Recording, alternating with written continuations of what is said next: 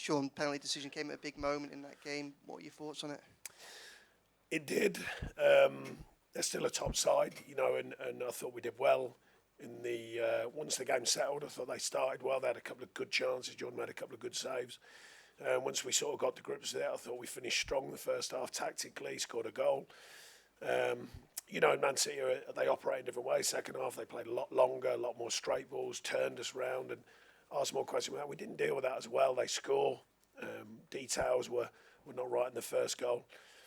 And then the penalty, do you know what? I have no clue. I don't think anyone does. We had a Zoom call earlier, a couple of months ago. All of the managers were going, it's a farce. No one knows why they're giving penalties and what is and what isn't. The rules will state this, which is why they gave it tonight. The linesperson gives it. It's a bit of an anomaly for me. 50 yards away on Saturday, we saw a linesperson give nothing. 12 yards away, I don't know what that's all about. But anyway, that was the case. And then they've got the letters of the law, so it's not actually the referee's fault in a way, because the law states. But we can all see that is that deliberate? Of course it's not. The ball's moving. I mean, these players hit the ball so fast, so hard now. I don't even know where you're meant to put your hands. I really don't. I think so. If you're slinging yourself to block a shot, and even that thing, anyone thinks weird when defenders will run out with their hands behind their back and all that. It's bizarre. But the law makers are making all these mad rules. I don't know why they don't leave the game alone sometimes, but they won't. We keep hearing about IFAB, no one heard of them until a couple of years ago. Now it seems every decision is run through them. Who knows? But all managers are frustrated with it. Maybe the referees are as well. They're administering of it.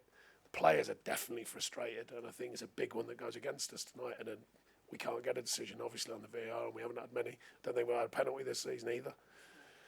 Go figure. How frustrated are you? Two good performances undermined by two very controversial decisions when you look at Spurs. Different performances. I thought we were excellent at Spurs, I do think that was a decision that went against us. I spoke fairly, openly, but we will maybe not give it a fair one, but openly. Tonight they're still a very good side. They're hard. They stay calm, they stay controlled. That's why they win so much, of course. They've been down in other games. People make a lot of their recent form and all the rest of it. I didn't, as you know. They're still a top side, and they do what top sides do, and that's why they win things. They stay calm and controlled. They operate in different ways. They ask questions. And we just had that little spell where we didn't quite deal with it with the basics. You have to come through them spells like we did in the first half. The first 15 minutes, second half, you have to come through that, stay focused, do all the details, do all the right things in both boxes. Beyond that, the mentality was still excellent. We are stretched, and we've asked a lot of Andre tonight. We've asked Beto to come in, who hasn't played as much football, to try and utilise the squad the best we can. And we have a brilliant chance, to go back into the game with Dom. Doesn't go our way, and you never know after that. And the third one kills the game because we're actually getting a feel back of the game. And unfortunately, that one goes against us. And then, they're a hard side to come back against from there. And can I just ask what the latest on Idrissa Gueye is? Just calf injury, so we'll wait on that to settle.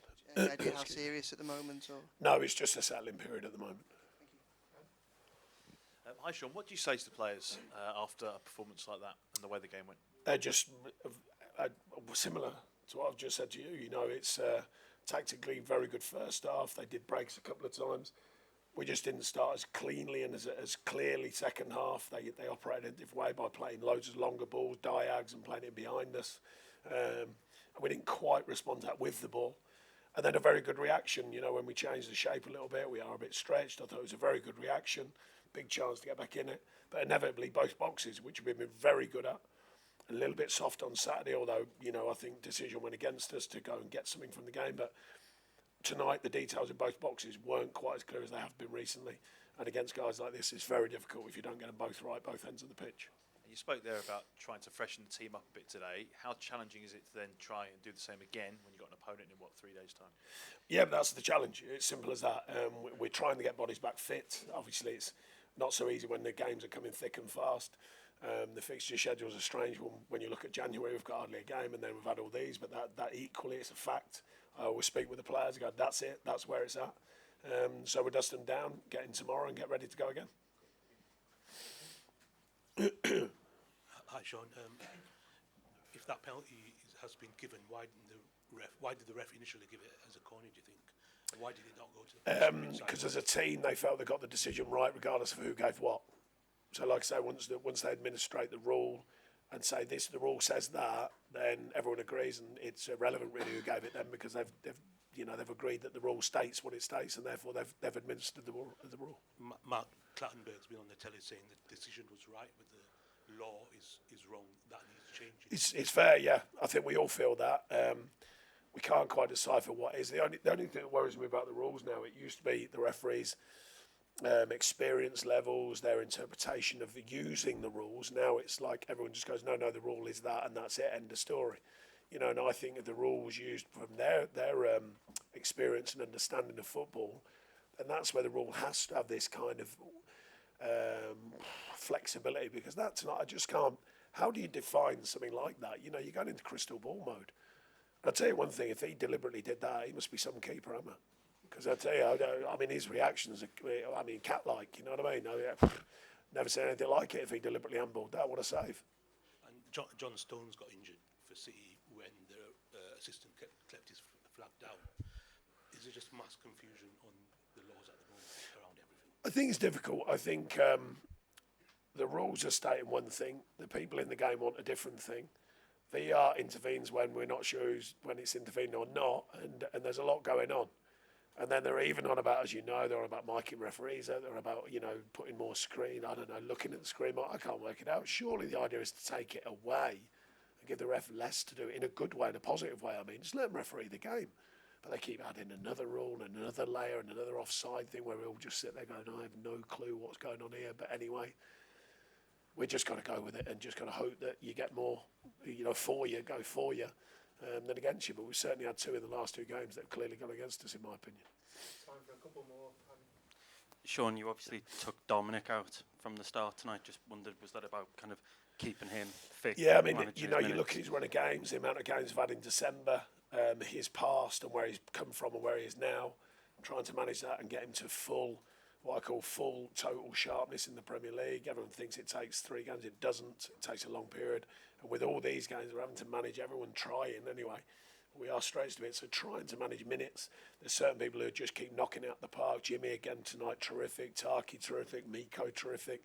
Jared, solid again. Dwight, he's put a shift in. Jack Nix has got... Look, there's still some really big things for us, And we're asking a lot of these players, and we're going to ask more, because that's the nature of the game and that's the nature of the fixture list. So we will be asking more, but when we do get a chance to try and protect people and make sure they can be right going forwards, then we've got to do that as well. It's a tough stretch to put on yourself and the players and the staff to find the right decisions of when to and when not to.